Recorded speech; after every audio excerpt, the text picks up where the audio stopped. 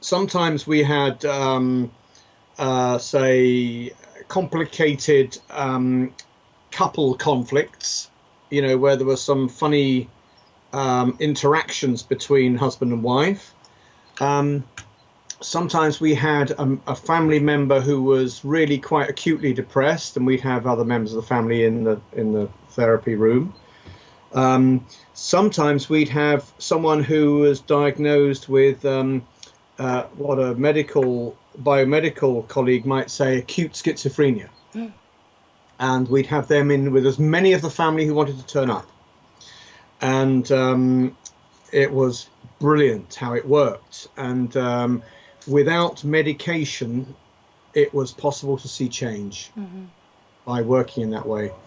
Other situations we had, which I'm just having an amusing flashback to endless making of paper aeroplanes out of my note paper to try and keep the children quiet. Because sometimes the couple come along and say, ever so sorry, couldn't find anyone to look after the kids. So we'd have these sort of 2, 3 and 4-year-olds running around, and so I'd make paper aeroplanes and sort of flicking them around the room and getting them to fly them while trying to engage with the parents. So that was quite amusing. It's hard work though, and I wouldn't recommend it.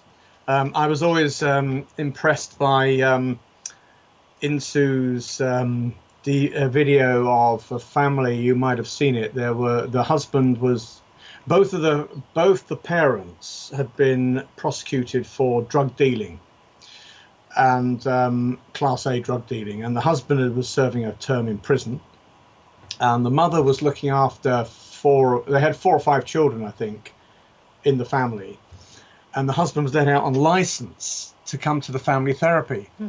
And there was Insoo asking questions to him, to her, and then trying to engage with the children, and all these kids were climbing over the place, making a terrible racket, but she did it nevertheless, and I thought, I haven't got that patience.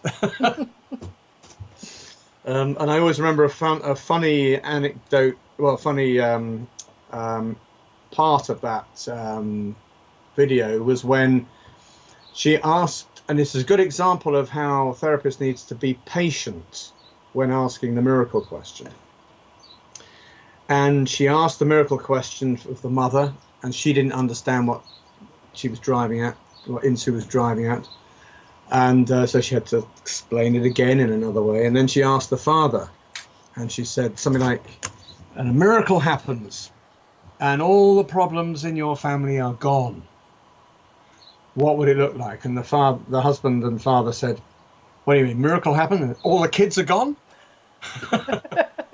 No, all the kids will still be here in your family. And I think it took about 3 times for him to get it. And then it just goes to show how, I teach these as key qualities of being solution focused, or key techniques.